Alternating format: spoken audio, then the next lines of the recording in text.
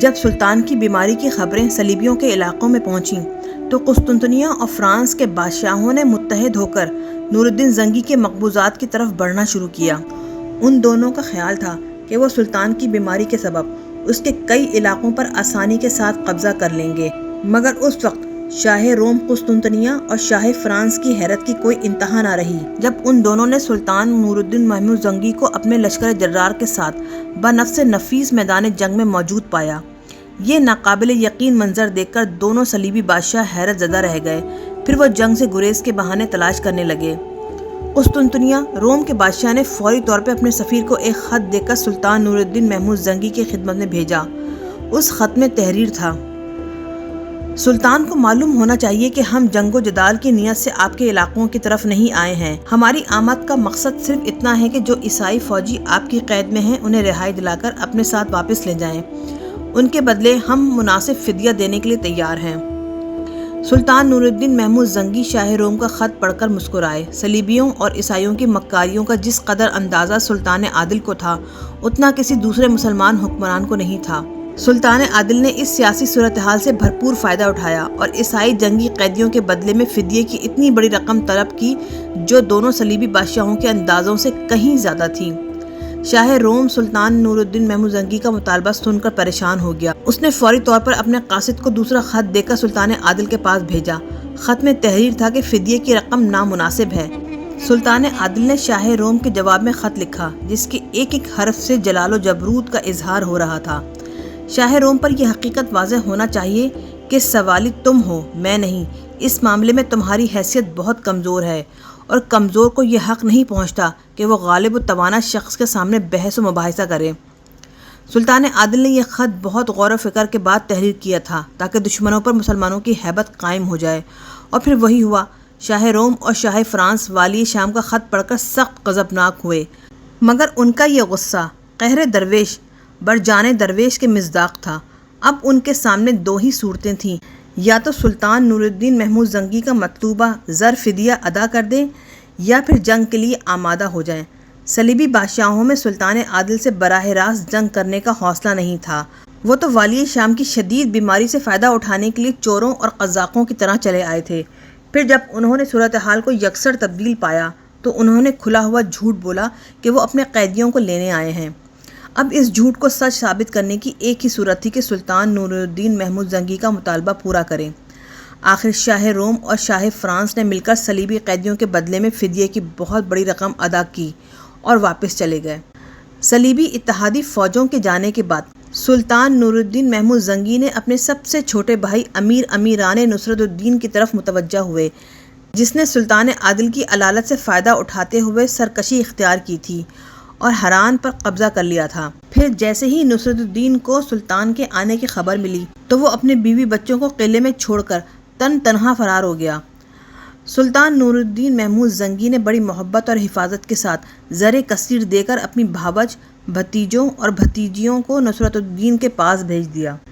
جب اسد الدین شیرکو اور یوسف صلاح الدین سلطان عادل کے حکم پر دمشق کے غریبوں اور محتاجوں میں صدقات تقسیم کر رہے تھے تو ان کے ذہنوں میں سلطان کی ماضی کی علالت کا ایک ایک نقشہ ابھر رہا تھا۔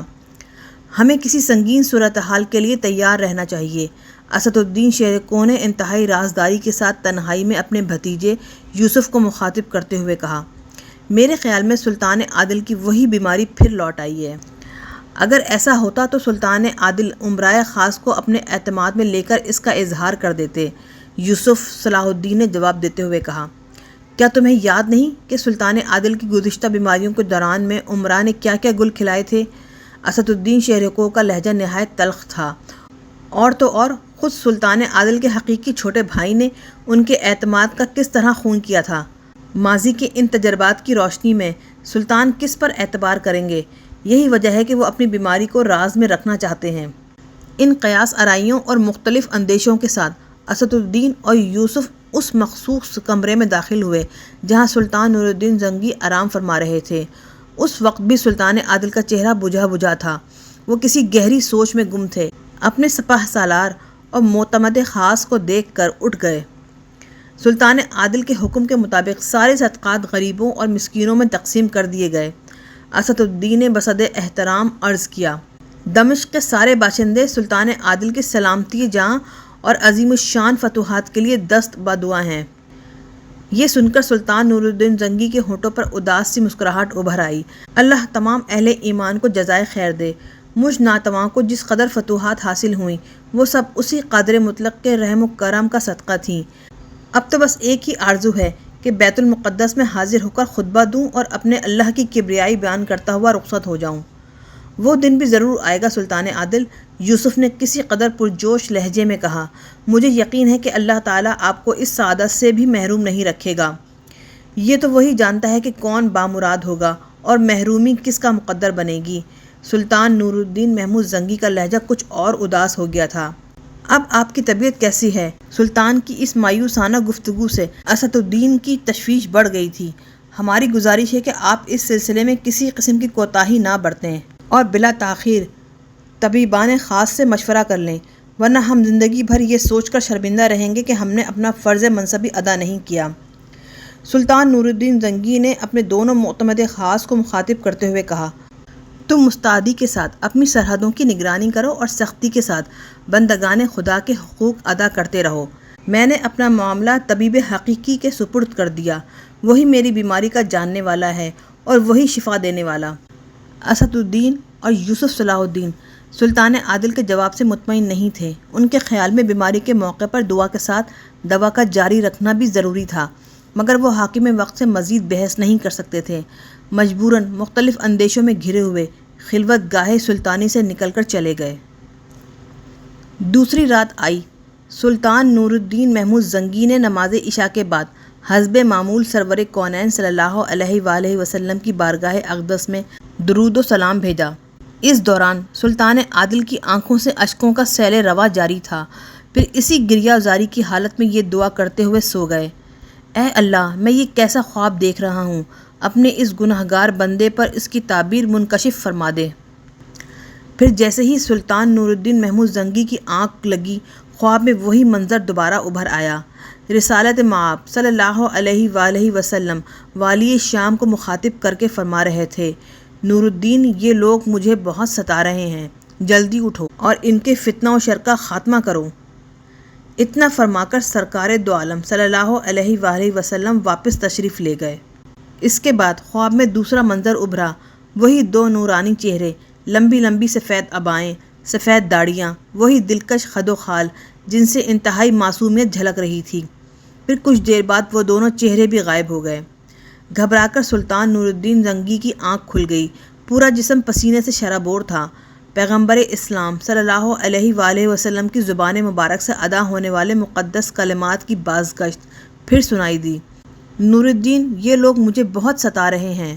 سلطان نور الدین کے جسم پر لرزہ طاری ہو گیا اور آنکھوں سے آنسو بہنے لگے۔ سلطان عادل گھبرا کر سجدے میں چلے گئے، پھر اس وقت تک گریہ زاری کے ساتھ توبہ استغفار کرتے رہے جب تک کہ فجر کی اذان نہ ہو گئی۔ دوسرے دن سلطان عادل نے پہلے دن سے بھی زیادہ غریبوں میں صدقات تقسیم کروائے۔ والی شام کو اس خواب نے اس قدر رنجیدہ خاطر کر دیا تھا کہ نہ کمرے سے باہر نکلے اور نہ دربار آراستہ کیا۔ سلطان عادل کی گوشہ نشینی سے عمرہ میں شدید اضطراب پیدا ہو گیا۔ تمام عہدہ داران سلطنت نور الدین زنگی سے ملاقات کر کے صورتحال جاننا چاہتے تھے، مگر سلطان عادل نے ملنے سے انکار کر دیا۔ سارا دن کمرے میں بند رہے، یہاں تک کہ کھانا بھی برائے نام کھایا۔ تمام وقت عبادت کے ساتھ یہ دعا کرتے رہے، اے اللہ، اپنے عاجز و ناتواں بندے کو ہدایت دے اور میری مشکل کشائی فرما۔ پھر تیسری رات بھی سلطان نور الدین محمود زنگی نے وہی خواب دیکھا۔ ہدایت مل چکی تھی، خواب ٹوٹا تو سلطان عادل کی آنکھوں سے آنسو بہہ رہے تھے۔ والی شام بستر سے اترے اور مدینہ منورہ کی طرف رخ کر کے 10 بستہ کھڑے ہو گئے۔ پھر نہایت رقت آمیز لہجے میں عرض کرنے لگے، اس غلام کے ہوتے ہوئے یہ ممکن نہیں کہ کوئی ملعون اور بدبخت میرے آقا صلی اللہ علیہ وآلہ وسلم کو اذیت پہنچائے۔ دوسرے دن سلطان نور الدین محمود زنگی نے اسد الدین اور یوسف صلاح الدین کو اپنی خلوت گاہ میں طلب کیا۔ پھر رازدارانہ طور پر اسد الدین کو دمشق کا منتظم اعلیٰ مقرر کیا اور 20 بااعتماد امراء کو اپنے ساتھ لے کر دمشق سے نکل کھڑے ہوئے۔ ان امراء میں یوسف صلاح الدین بھی شامل تھا۔ فوج کا ایک حفاظتی دستہ چند میل آگے تھا اور دوسرا چند میل پیچھے۔ درمیان میں سلطان نور الدین محمود زنگی اپنے امراء کے ساتھ سفر کر رہے تھے۔ آگے جانے والے فوجی دستے کو صرف اتنا معلوم تھا کہ اس کی منزل مدینہ منورہ ہے۔ باقی فوج اور امراء اس راز سے بے خبر تھے کہ سلطان عادل کے ارادے کیا ہیں۔ سب ایک دوسرے سے آنکھوں ہی آنکھوں میں سوال کر رہے تھے، مگر کسی کے پاس اس سوال کا کوئی جواب نہ تھا، اور کسی میں اتنی جرأت بھی نہیں تھی کہ سلطان عادل سے اس سفر کا مقصد دریافت کر سکے۔ سلطان نور الدین زنگی کی طرف سے تمام امراء اور سپاہیوں کے لیے بس ایک ہی حکم جاری ہوا تھا کہ راستے میں کم سے کم آرام کریں اور اپنے گھوڑوں کی رفتار تیز رکھیں۔ دمشق سے مدینہ منورہ پہنچنے میں تقریباً 25 دن لگتے تھے، مگر سلطان نور الدین محمود زنگی اور ان کے لشکر نے یہ طویل فاصلہ اپنی تیز رفتاری کے سبب 15 دن میں طے کیا، اور 16ویں دن نماز فجر کے بعد سلطان عادل اور ان کی پوری فوج گھوڑوں سے اتر کر مدینہ منورہ کی حدود میں داخل ہوئی۔ یہ اس ارض مقدس کا احترام تھا۔ مشہور فقیہ و محدث حضرت امام مالک اس خیال سے زندگی بھر مدینہ منورہ میں ننگے پاؤں پھرا کرتے تھے کہ کہیں ان کے جوتے اس مقام پر نہ پڑ جائیں جہاں سے حضور اکرم صلی اللہ علیہ وآلہ وسلم گزرے ہوں۔ سلطان نور الدین زنگی کی اچانک آمد کی خبر سن کر گورنر مدینہ سلطان عادل کے استقبال کو پہنچے تو ان کی زبان پر ایک ہی سوال تھا: آپ پہلے تو کبھی اس طرح مدینہ منورہ حاضر نہیں ہوئے، آخر اس کی وجہ؟ سلطان عادل نے سرگوشی میں کچھ کہا، جسے سن کر گورنر مدینہ حیرت زدہ رہ گئے۔ پھر سلطان عادل کے ہمراہ آئے ہوئے فوجی دستے اور مدینہ منورہ کے سپاہیوں نے مل کر پورے شہر کی ناکہ بندی کر دی۔ کسی کو گورنر کے حکم کے بغیر مدینے سے باہر جانے کی اجازت نہیں تھی۔ پھر سلطان نور الدین محمود زنگی نے گورنر مدینہ کی وساطت سے ایک طویل و عریض میدان کو عارضی طور پر قناتوں سے بند کرا دیا۔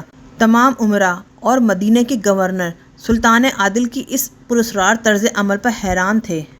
ان تمام کاموں سے فارغ ہونے کے بعد سلطان نور الدین محمود زنگی نے گورنر مدینہ سے کہا: آپ اعلان کرا دیجئے کہ کل ہماری طرف سے تمام اہل مدینہ کی ضیافت ہے، سب لوگ ہمارے ساتھ کھانا کھائیں گے، اور اس کے ساتھ یہ تنبیہ بھی کرا دیجیے گا جو شخص اس دعوت میں شریک نہیں ہوگا وہ سزا کا مستحق قرار پائے گا۔ تھوڑی دیر بعد گورنر مدینہ کے ہرکارے گلی گلی کوچوں میں یہ اعلان کرنے لگے۔ بڑا عجیب اعلان تھا۔ تمام اہل مدینہ حیرت زدہ رہ گئے، مگر اس حیرت کے ساتھ انہیں مسرت بھی تھی کہ وہ سلطان نور الدین محمود زنگی جیسے نیک سیرت حکمران کی دعوت میں شریک ہوں گے۔ پھر دوسرے دن جب طویل اور عریض میدان مقامی باشندوں سے بھر گیا تو انتہائی پرتکلف اور لذیذ کھانوں سے مہمانوں کی توازو کی گئی۔ اس دوران سلطان نور الدین محمود زنگی اپنے امراء، گورنر اور دوسرے افسران مدینہ کے ساتھ دروازے پر کھڑے ہو گئے۔ جو شخص کھانے سے فارغ ہو جاتا وہ اسی دروازے سے باہر جاتا۔ سلطان عادل اس شخص کو بہت غور سے دیکھتے، پھر جانے کی اجازت دے دیتے۔ دروازے پہ موجود تمام امراء اور مدینہ منورہ کے تمام چھوٹے بڑے سرکاری افسر حیران تھے کہ آخر سلطان نور الدین محمود زنگی کو کس کی تلاش ہے۔ پھر جب دعوت کا آخری مہمان بھی کھانا کھا کر چلا گیا تو سلطان عادل نے بڑی مایوسی سے اپنے سر کو جنبش دی۔ ان میں سے کوئی بھی تو نہیں؟ سلطان نور الدین محمود زنگی کے لہجے میں انتہائی اداسی جھلک رہی تھی اور وہ چہرے سے بہت زیادہ پریشان نظر آ رہے تھے۔ سلطان، آپ کسے ڈھونڈ رہے ہیں؟ گورنر مدینہ نے والی شام سے پوچھا۔ سلطان نور الدین محمود زنگی نے اپنے دل کی بات بتانے کے بجائے گورنر مدینہ سے سوال کیا: آپ سمجھتے ہیں کہ میری دعوت میں اس ارض مقدس کے تمام رہنے والے شریک ہوئے تھے؟ میرا تو یہی خیال ہے، گورنر مدینہ نے جواب دیا۔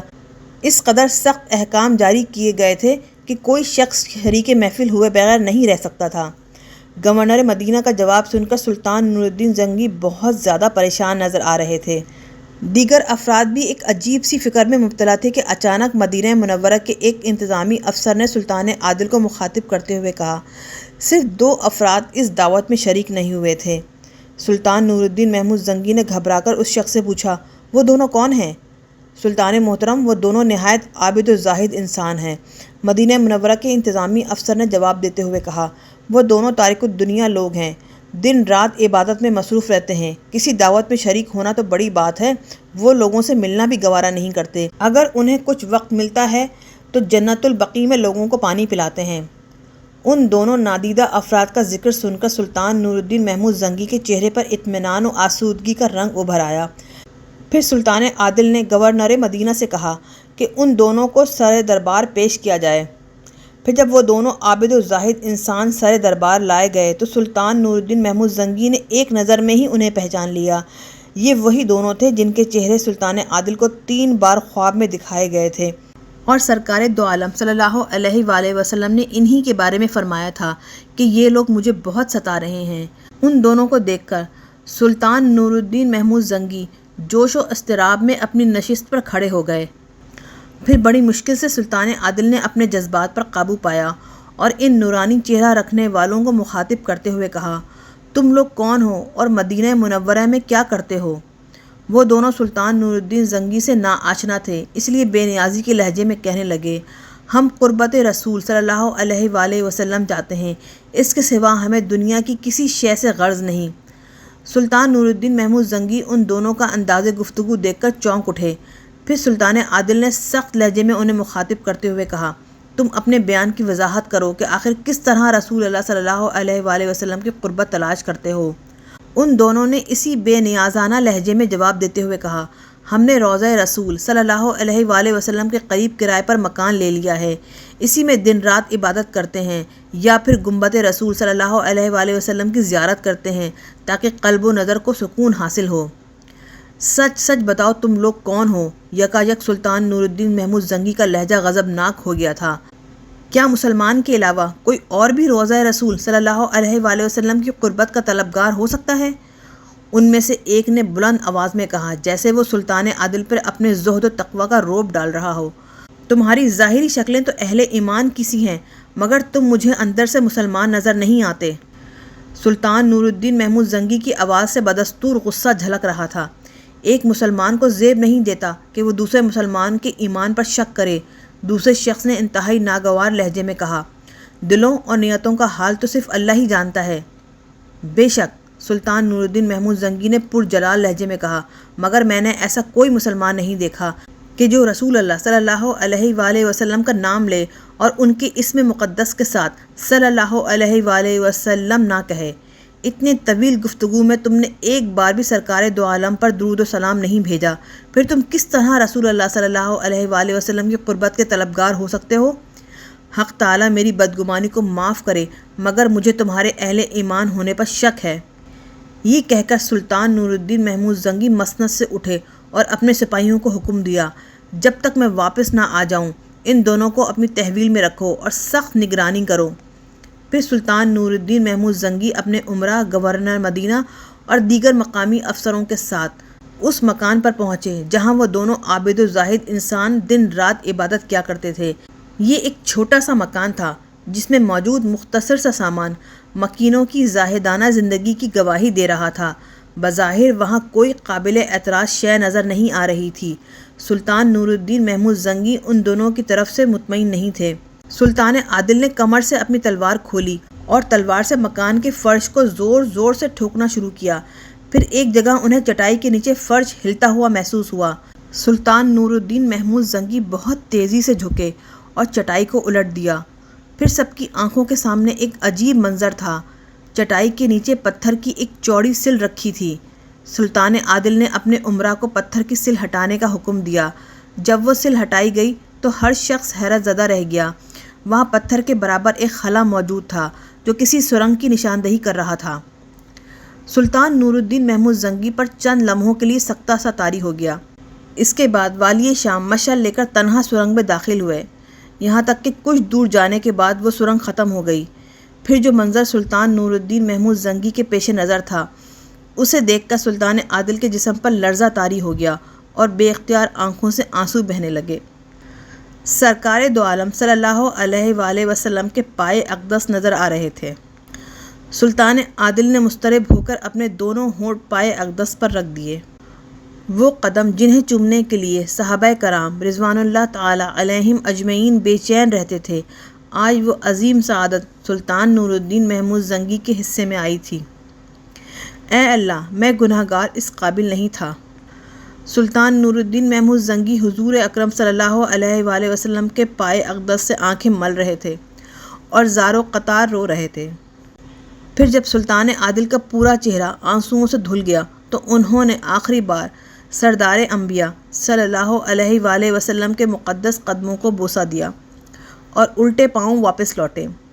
پھر جب سرنگ سے باہر آئے تو سارے عمرا اور گورنر مدینہ اپنی اپنی جگہ ساکت و جامد کھڑے تھے۔ پھر جب ان لوگوں نے سلطان نور الدین محمود زنگی کی سرخ آنکھیں اور آنسوؤں سے بھیگا ہوا چہرہ دیکھا تو پریشان نظر آنے لگے۔ مدینہ کے گورنر کے استفسار پر سلطان عادل نے بس اتنا ہی بتایا کہ وہ دونوں شیطان سرنگ کھود کر میرے آقا صلی اللہ علیہ وآلہ وسلم کے مقدس قدموں تک پہنچ گئے تھے۔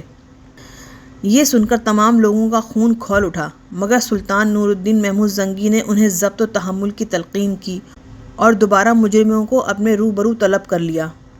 اب ان کے لیے کوئی راہ فرار نہیں تھی، مجبوراً انہیں اعتراف کرنا پڑا۔ اے سلطان، ہم یہودی ہیں اور اپنی قوم کی طرف سے تمہارے رسول صلی اللہ علیہ وآلہ وسلم کا جسم اطہر چرانے پر مامور ہوئے ہیں۔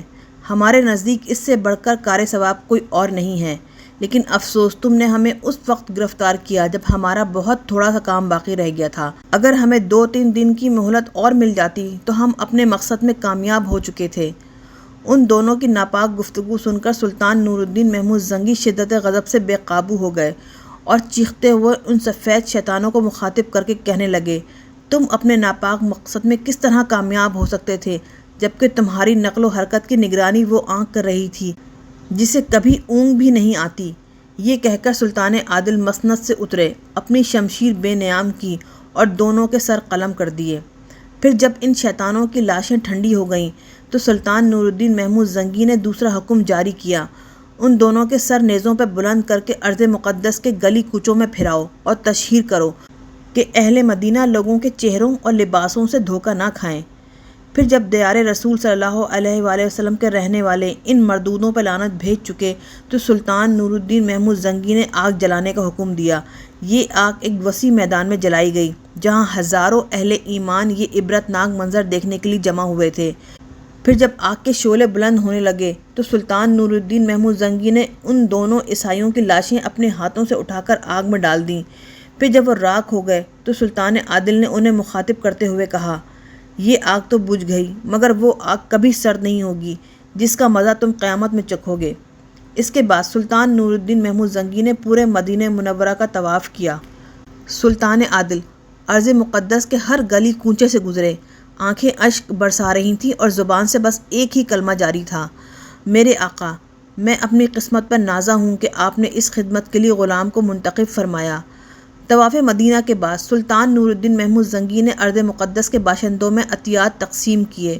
پھر سلطان عادل نے اپنی نگرانی میں روضہ اطہر کے چاروں طرف اتنی گہری خندق کھدوائی کہ پانی نکل آیا۔ پھر اس خندق کو سیسے سے بھر دیا گیا۔ یہ سیسے کی دیوار آج بھی حضور اکرم صلی اللہ علیہ وآلہ وسلم کے روضہ اقدس کے گرد موجود ہے اور انشاءاللہ قیامت تک موجود رہے گی۔ آج بھی اہل مدینہ سلطان نور الدین محمود زنگی کا نام نہایت محبت و احترام سے لیتے ہیں اور ان کا شمار ایسے برگزیدہ انسانوں میں کرتے ہیں جن پر خود سرور کونین صلی اللہ علیہ وآلہ وسلم نے اپنے اعتماد کا اظہار کیا اور عاشق رسول صلی اللہ علیہ وآلہ وسلم ہونے کی تصدیق فرمائی۔ یوسف صلاح الدین نے یہ واقعہ بہت قریب سے دیکھا تھا، اس لیے اس کے دل و دماغ پر گہرے اثرات مرتب ہوئے تھے۔ قیام مدینہ کے دوران ایک دن سلطان نور الدین محمود زنگی نے بھی اسے مخاطب کرتے ہوئے کہا تھا، یوسف، تم اور اسد الدین میرے دست و بازو بھی ہو اور رازدار بھی ہو۔ مجھے حق تعالیٰ نے دوبارہ خوفناک بیماری سے اس لیے نکالا تھا کہ میں یہ مقدس فریضہ انجام دے سکوں، مگر انسان اول و آخر فانی ہے، کسی دن بھی سانسوں کا شمار ختم ہو سکتا ہے، اس لیے میری یہ نصیحت ہمیشہ یاد رکھنا کہ ملت اسلامیہ اس وقت تک سکون نہیں پا سکتی جب تک یہود و نصارہ اس زمین پر موجود ہیں۔ ہم فتنہ و فساد پھیلانا نہیں چاہتے، مگر اپنی سرحدوں کی حفاظت کے لیے ہمیں مسلسل جاگنا ہوگا تاکہ اہل ایمان سکون کی نیند سو سکیں۔